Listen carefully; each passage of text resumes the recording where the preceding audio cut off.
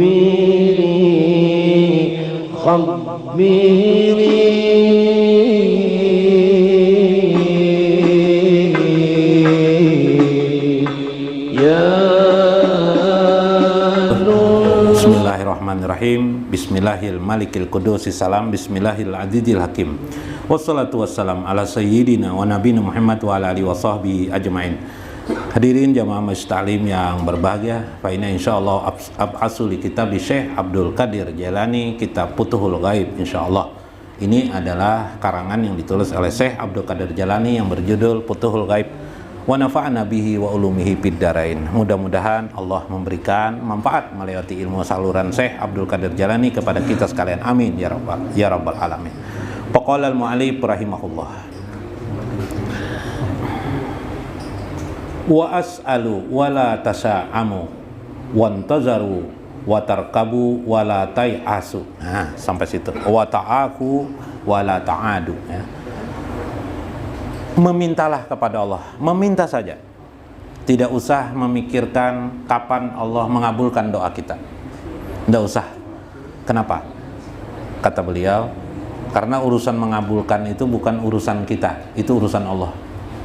Minta saja, minta saja. Tidak usah berkata kepada teman, doaku belum dikabulkan, tidak usah. Berdoa saja, ulang-ulang saja, kata Nabi, mukarraran fi du'aikum. Berulang-ulanglah atau ulangilah doa-doa yang kalian lakukan. Sudah minta jawab Allah.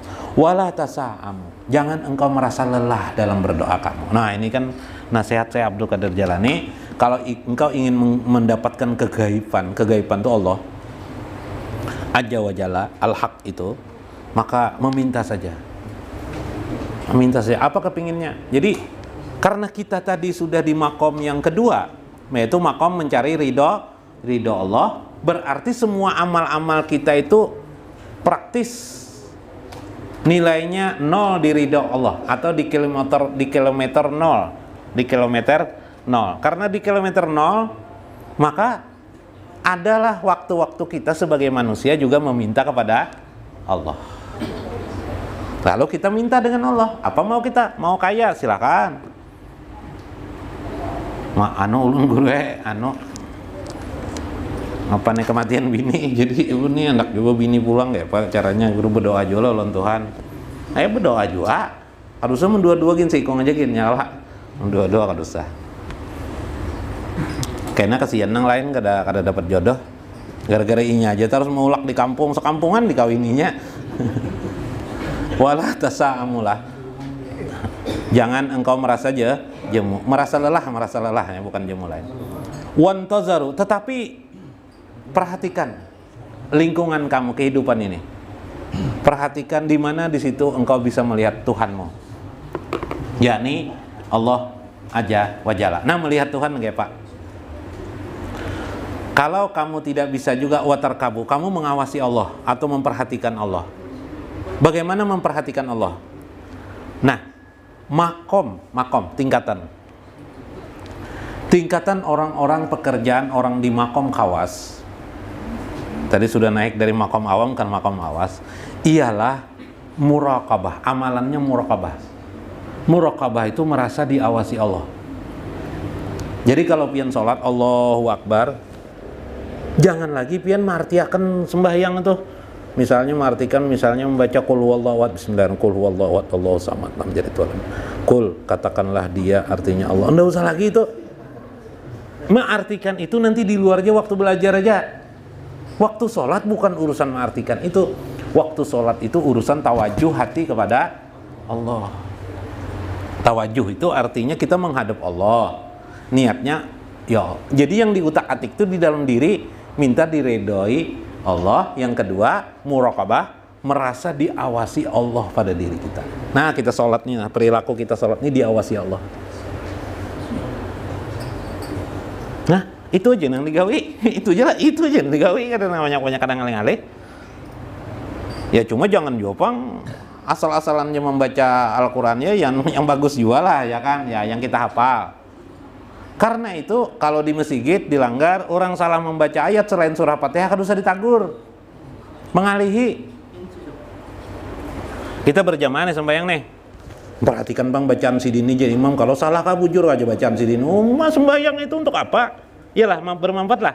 Kada bermanfaat itu, astagfirullahaladzim. Bukan itu kita sembahyang ini, kita sholat ini bukan mencari supaya mana salahnya imam, jangan. Cuma memang fikih mengajarkan kalau imam ada salah bacaan, kita teruskan subhanallah atau kita mengucapkan subhanallah. Tapi sekali lagi itu sifatnya hukumnya hanya sunat. Sunat, apa-apa. Imamnya pang salah Fatihah kayak Pak, biar aja salah situ. Kita menyambung aja sorangan. Tiwas imamnya kata surah Fatihah aja kan bisa sih, Din. Kenapa jadi imam? Ya kah? Urusan lain. Ya kah? Nah kita perhatikan, kita aja sorangan perhatikan tawajuh. Nah, Allahu Akbar, tawajuh.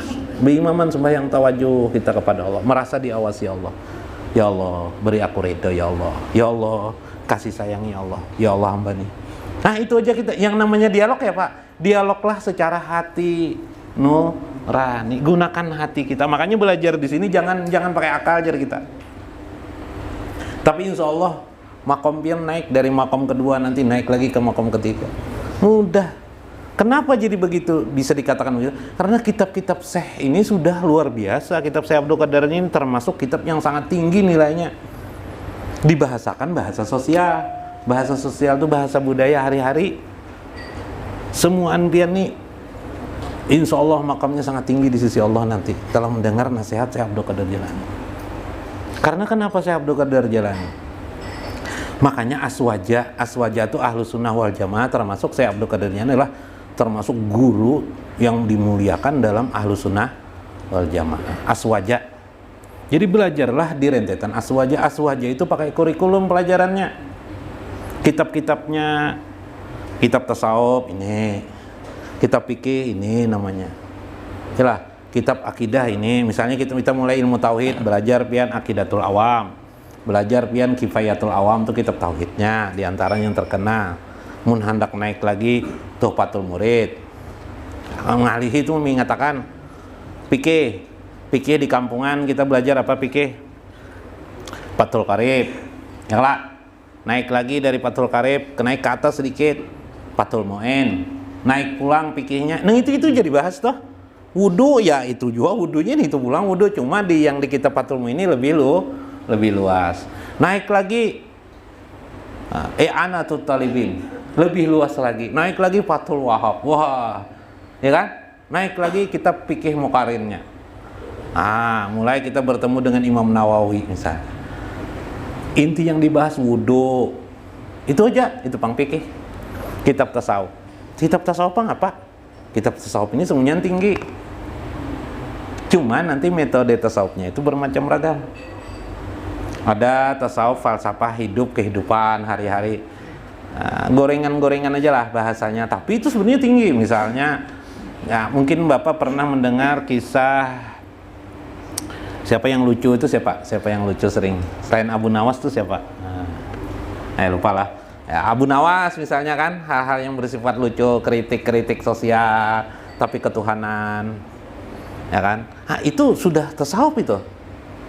Misalnya ada seorang guru, seorang guru, sudah guru sekolah belajar lemah, ternyata ujiannya sebentar aja. Disuruh beliau apa? Disuruh beliau menyembelih ayam yang orang tidak ada yang melihat. Nah, gitu aja sederhana aja. Semuanya murid yang lain nyembelih, ada yang satu orang tidak bisa menyembelih. Kenapa aja gurunya? Guru enak. Diawasi, dilihati orang terus.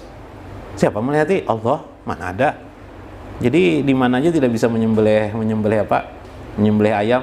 Masya Allah, Ikam juara ranking 1 langsung.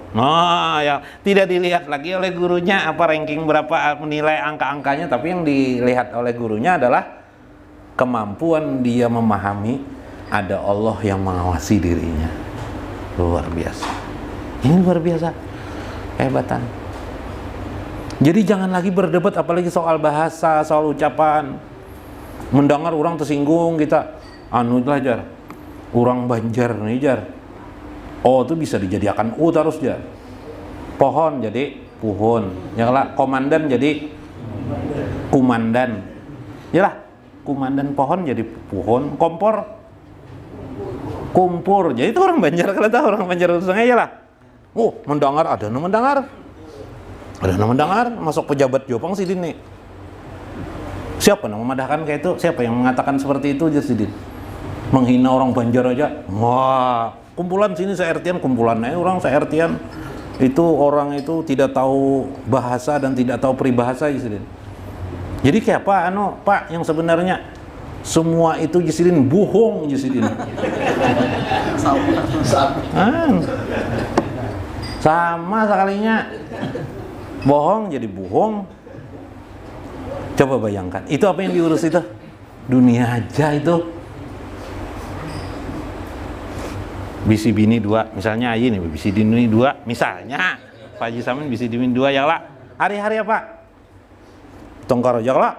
Bini kena bihiri sini, yang sikong bini bihiri ini, iyalah. Nah, coba aja ulun kemarin penyelesaian syariah tuh hati-hati. Jangan salah paham. Penyelesaian syariah jangan salah paham. Disangka beristri 2 itu solusi menyelesaikan nafsu pian. Yalah, ternyata tidak. Kalau tidak percaya silahkan beristri kedua. Sudah beristri 2, bujangan nyala. Nanti aku kalaunya sudah berbini, hilang sudah nafsu kone. Sudah punya istri, ternyata 1 tahun beristri, 2 tahun beristri. Apa? Pindah lelek pulang lawan bebinian ajar. Iyalah. Hah? Tambahi lagi 1. Takuni, tanyakan lawan orang beristri 2. Pingin lagi 3. Andaikan 4 bisa 4. Karena ujar Nabi, manusia itu kalau menemukan 1 lembah emas, dia berkata mana kira-kira lembah emas yang lain. Emas yang didapatkannya ini belum lagi diambilnya, sudah bertanya kira-kira di mana lagi selain di sinilah lembah emas. Emas yang ada aja belum diambilnya. Itu manusia. Karena itu beristri lebih dari 1 itu ingat bukan solusi penyelesaian sesungguh aslinya daripada agama kita. Itu mengurangi aja. Maka penyelesaian itu harus melalui ilmu ma'rifatullah. Kalau pian ma'rifatullah, nanti ini belum masuk lagi tapi mengarah ke sana. Muraqabah, merasa diawasi Allah. Ini aja 1 aja diamalkan muraqabah. Watarkabu, kamu merasa memperhatikan Allah. Bagaimana kamu memperhatikan Allah? Ternyata Allah mengawasi kamu. Allahur Raqibah. Allah itu Raqib, Maha mengawasi kamu. Kamu amalkan ini, kata Syekh Abdul Qadir, berubahlah semua itu. Tadi berpikiran sudah pusing memikirkan bagaimana mengumpulkan harta sebanyak-banyak supaya dapat mampu beristri 2. Dengan muraqabah hilang itu hilang. Sirna sendiri dia. Kita merasa senang dah, merasa nyaman sudah dengan keadaan hidup kita. Tenang hati kita. Muraqabah. Berzikir subhanallah 100 kali, 1000 kali berzikir subhanallah. Sampai hambok pada sadar lagi berzikir. Habis tidak sadar lagi zikir, nanti gelisah lagi hati. Ada apa kita? Karena kita tidak muraqabah waktu berzikir. Nah, nanti kalau berzikir subhanallah, Allahu akbar, nih tasbih Allah. Subhanallah. Muraqabah, merasa diawasi. Kalau kita muraqabah, kita akan bertemu nanti yang disebut dengan zikir sir, zikir rahasia, bahkan zikir tanpa huruf, tanpa suara. Bila harfin wala sautin, tanpa huruf, tanpa suara. Nah, bila sudah mendapatkan zikir tanpa huruf, tanpa suara itu enak sekali. Kita berzikir karena Allah yang mengingatkan kita. Nah, enaklah.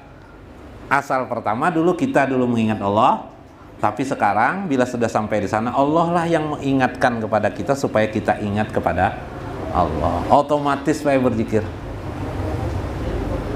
Mau meninggal dunia, berzikir enggak?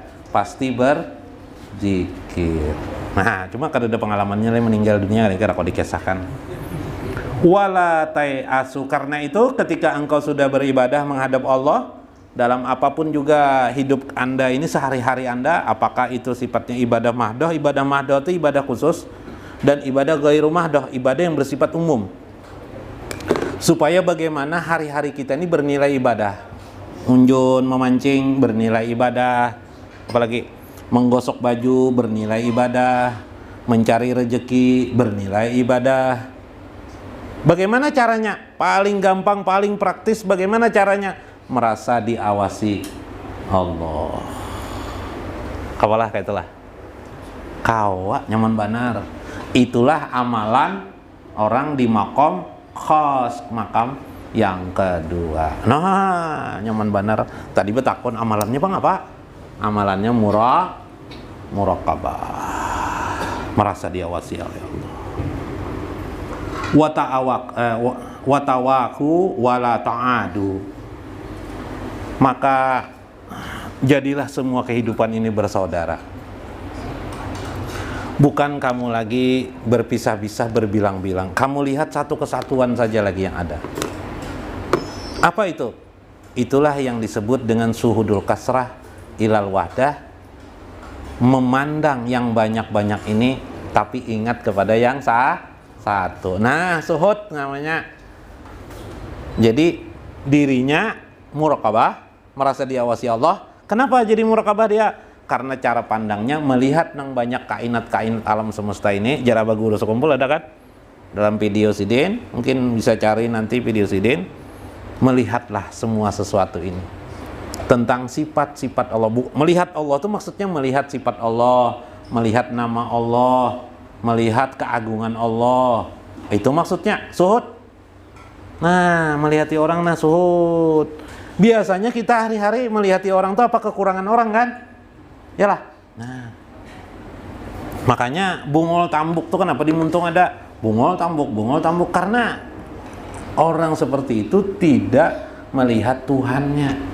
Tidak bisa suhud. Orang yang suhud tidak lagi terkeluar di mulutnya bungol tambuk tuh mau lagi dah. Bagus semuaan. Ini ada kisah lah, mengakhiri kisah. Ada ulang tahun. Ini kisah aja lah, berami supaya ingat. Jadi ingat kisah ini, ingat nang anunya, nang apa isinya. Nah kayak itu. Ulang tahun ya. Pak Haji sama ini ulang tahun. Dibari kawan burung beo. Tahu burung beo? Burung apa tuh? Tiung. Nah, burung tiung, orang banyak burung tiung, burung beo. Lalu setelah diberi cuma setelah dibawa ke rumah, burung beo ini bungol taruh sambat. bungol. Nah, iya sudah nih. Aduh, dididiknya dipusut-pusut, dimandii burung ini sudah. Tetap aja mbak dimandii, uyu mah mandii. Nah, pagi bungol, nyaman lah ti. Bungol itu artinya apa bahasa Indonesianya ya? Bodoh lah bahasanya, bodoh ya, bodoh. Muyak sih nih. Iya, hendak diterbangkan sayang, digigit layat kejar, dibuang sayang lah. Dah, muyak. Masukkan dalam kulkas wae. Apa bungul terus nyambat, masukkan di dalam kulkas, tutup kulkas. Hidup wae. Hidup. Hidup di sini. Ampi pina bungul nyambat. Kalau rakan loncat burung ke sini. Makasih bos ya. Ampi bungolnya sini. Ulun bos saya aja burung nih teteh. Ulun bos saya sudah sadar lah. Oh ya kapan bos saya sini bos. Alhamdulillah. Ulun betakon bos saya lah. Apa di sini betakon bertanya kenapa? Nang di dalam kulkas tadi itu ada ayam pian kuliti kata jar. Karena ada lagi halar-halarnya jerbiko kan ayam ada di dalam kulkas tuh kan. Ayamnya, iya. Pian kuliti gara-gara nyambet bungol ke bos ya. Nah, anak bungol pulang aja sini kada bos saya takon aja jar. Bertanya aja jar. Hah, iya tuh aja bos. Nah, apa maksudnya? Jangan sampai Allah yang menegur Anda dalam hidup ini seperti burung tadi itu. Enggak apa itu? Jangan sampai kita menjadi sadar dengan Allah, merasa diawasi Allah. Lalu nanti terjadi musibah besar pada diri kita, baru kita menjadi orang sadar. Habis patah kaki kita, baru kita menjadi orang yang sadar kepada Allah. Ya kan? Sudah terbaring di mana? Di pembaringan, udah bisa lagi bergerak badan, sakit pinggang, bila berdiri sakit pinggang, baru kita sadar kepada Allah. Hari-hari kita ini apa? Amal kita apa? Nggak bisa lagi beramal. Amal yang sangat tinggi nilainya, yang tidak terbanding dengan angka dan kata, amalan murah, muraqabah. Musyahadah kata orang sufi. Muraqabah. Minimal maknanya dulu adalah maqam kedua, muraqabah, merasa diawasi Allah. Itu yang tertinggi nilainya. Tidak, pahalanya tidak ada huruf, tidak ada suara lagi. Malaikat tidak bisa lagi menghitung. Habis catatan malaikat, habis komputer malaikat tuh habis sudah. Kalau masih bisa dicatat malaikat, amal sampian masih bermasalah lagi nanti di akhirat. Karena masih untung-untungan di akhirat. Makanya ulun minggu kemarin mengatakan, sekarang kita umat Nabi Muhammad, semua kita akan dapat syafaat Nabi Muhammad. Pasti, insya Allah pasti. Syafaat Nabi Muhammad yang pertama diberikan Nabi adalah kepada kita apa? Syafaat umat beliau akan lebih dulu nanti dihisab pada yaumil kiamah. Kita umat Nabi Adam, Nabi Ibrahim, Nabi yang lain itu ke belakang. Tapi berapa jumlah umat Islam kira-kira waktu itu? Berapa? Hah? Berapa miliar umat Islam? Sekarang ini jadi berapa? Mulai zaman Nabi sampai ini berapa sudah? Hah? Panjang. Banyak banget. Sanggup lah pian di kereta belakang duduk berdiri, panas. Nah, meskipun berdahulu, tapi maksud berdahulu ini adalah umat Nabi. Umat Nabi ini banyak lah. Wah, ada nanti jalan Nabi orang berkuda dengan kebesarannya. Siapa itu? Orang-orang mati syahid. Makanya orang berlomba mati syahid kelak supaya di akhirat di atas kuda. Nah, karena itu jangan merasa puas sampai menjadi umat Nabi Muhammad saja. Jadilah keluarga beliau, jadi keluarga Nabi. Apa? Nabi pernah bersabda. Ujar Nabi apa? Likulli limanit tuqa Ali Muhammadin liman tuqa. Ialah keluarga Nabi itu ialah orang-orang yang paling bertakwa. Nah, jadi keluarga Nabi. Maka panitia di akhirat itu siapa? Panitia. Nabi itu kira-kira di apa? Dihisap kah ada Nabi itu? Nah, ada. Kenapa jadi dihisap ya lah? Ada mungkin? Kenapa ya? Dikubur Bang waktu sini meninggal didatangi malaikat lah. Man nabiyuka? Bungolnya Bang malaikat deh. Iyalah. Nggak mungkin kan? Tidak mungkin. Di akhirat kira-kira Nabi sebagai apa? Panitia. Ya lah, panitia lah. Nah, panitia memberi siapa? Kalau Sidin menganggap Anda ini adalah keluarga Sidin, kira-kira lebih mudah atau tidak kira-kira hisab di akhirat? Lebih mudah. Kalau bisa bukan hanya keluarga beliau, jadi anak beliau. Disayangi beliau. Iya, kayak kisah aulia-aulia Allah tuh yang didatangi Sidin. Setiap hari didatangi Sidin. Syekh Muqaddam siapa? Ibnu Isa ya. Al-Muqaddam Ba'alawi itu kisahnya sampai 70 kali pernah satu hari bertemu dengan Nabi. Salah satu karamah beliau. Seharian penuh malaman beliau berdialog dengan Nabi SAW. Ini anak Sidin sama lawan anak ya lah. Ya kan kata sama bahasanya di alam roh anak beliau namanya. Kita ini kadang mengerti banyak ulun sekali lagi supaya memadahkan tentang abah guru sekumpul. Banyak orang tidak mengerti tentang alam ruh. Waktu abah guru sekumpul dicium orang dicium Nabi kaki ini banyak yang menolak lah. Nah, itu yang kisah itu nang memikirkan jahir tuh. Paham lah? Bila memandang menggunakan akal ya terseleho tuh. Lalu dia memadahkan apa? Abah guru sekumpul. Wah, ya. Mana mungkin je Nabi mencium lintuhut Sidin? Nah, ada pernah orang bertanya seperti itu kepada kita, lalu kita jawab begini. Kawan kita sekolah. Orang kuat agama juga, Ustadz. Situ Ustadz kalau sudah ya. Sekarang percaya Anda dengan hadis ini. Man ro'ani pi manamihi pakotani. Barang siapa yang melihatku, kata Nabi dalam mimpinya, pastilah dia melihatku. Percaya. Nah, orang yang dimimpi oleh Nabi itu dikunjungi Nabi atau tidak ajar kita? Dikunjungi Nabi. Wah, berarti ajar kita terhormat orang yang dikunjungi kah? Terhormat yang mengunjungi kah ajar kita? Kan kalau guru ijai, abah atau abah guru sekumpul ini dipadahkan orang pada menghormat lalu Nabi jar kayak gitu kan, masa Nabi mencium lutut beliau, ya kan begitu kelak. Nah, sekarang kita balik pertanyaannya, sekarang jadi kita, Nabi waktu memimpi orang berarti Nabi datang atau tidak? Dah datang. Berarti apakah kita lebih terhormat kalau Anda dimimpi oleh Nabi? Mudahanlah dimimpi Nabi lah. Kalau Anda dimimpi oleh Nabi, berarti Anda itu apa? Berarti Anda itu apa, lebih terhormat Anda atau lebih terhormat Nabi? Tetap aja Nabi lah terhormat.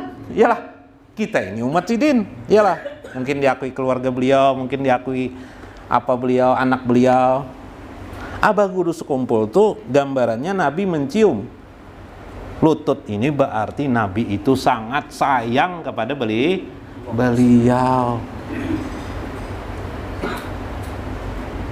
Itu berarti Nabi itu sayang. Jangan dilihat jahirnya. Bila melihat jahir ini salah terus tadi itu sudah. Ya kan? Nah, bila melihat jahir ini banyak salah. Makanya belajar tasawuf, belajar agama itu jangan lagi nanti melihat jahirnya saja, perhatikan. Jangan memperhatikan sangkar burung, tapi perhatikan burung. Jangan memperhatikan lemari besi jangan diperhatikan dalam masalah. Perhatikanlah isi daripada lemari besi. Ya lah. Biasanya apa di lemari besi ini? Ya kah? Nah, bisa Jepang ada isinya lah, tapi jarang bang. Apa bisi lemari besi ada isinya ya pak? Nah, isi perhati. Nah ini nanti belajar alam roh, nanti kita pelajari juga bagaimana alam roh. Insya Allah sedikit demi sedikit kita mengerti, dan Anda akan melihat bagaimana kerja dunia alam semesta ini dalam dimensi alam roh. Hidup kita ini di alam roh sebenarnya, tapi nanti sampai ke akhirat nanti alam roh tuh, sehingga kita ini menjadi dikekalkan Allah, mati jasad, nanti roh kita tetap ada. Nah itu dalam ajaran kita, subhanallah. Nah tadi kembali kepada Abah Guru Sekumpul, beliau ini sudah makomnya tinggi. Apa pekerjaan pengamat ketika melihat orang main bola? Siapa pemain bola yang hebat tuh sekarang? Ronaldo pas menendang bola rupanya tidak masuk, bungol benar Ronaldo nih ya. Ronaldo dipadakan bungol. Apa kabar? Hah? Kenapa jadi marah? Karena dia pengamat. Ronaldo itu sudah ratusan bola, sudah masuk ke gawang sulit, itu pengamat ini seringkali salah. Anak SD mengamati anak SMP atau anak SMA, apa yang terjadi? Nah, di sekolah ada guru mengajak anak SMP push up, anak SD lewat, bah tuh bagian bongol-bongol tuh SD nih. Tuh kiawinya kawan, tuh bagian bongol-bongol tuh banyak kawan tuh ya, ada bongol-bongol bagian ini aja. Iyalah, anak SD mengamati. Nah, kalau Anda kita belum masuk ke alam ruh, mengerti alam ruh, jangan mengamati. Hantu kita amati, kita nih dasar manusia lebihan. Yalah, hantu kita amati, ke alam hantu. Jangan ada pernah, ya kah? Ada orang menambahi si B, sembuh orang nih. Hah? Bisa jinnya tuh jar. Kenapa jadi kamu menuduh jin? Melihat kayak kamu jin kan melihat, kenapa jadi kamu menuduh jin? Kamu lihat kalau jinnya, kan melihat, kenapa jadi menuduh jin? Jangan menuduh-nuduh orang jin. Makanya di dalam agama disuruh tundukkan hati kita hanya kepada Allah. Perhatikan diri kita, muraqabah hanya kepada Allah Subhanahu wa ta'ala. Inilah yang penting di dalam agama, dalam dunia tasawuf. Wallahul muwaffiq ila aqwamit thariq. Wassalamualaikum warahmatullahi wabarakatuh.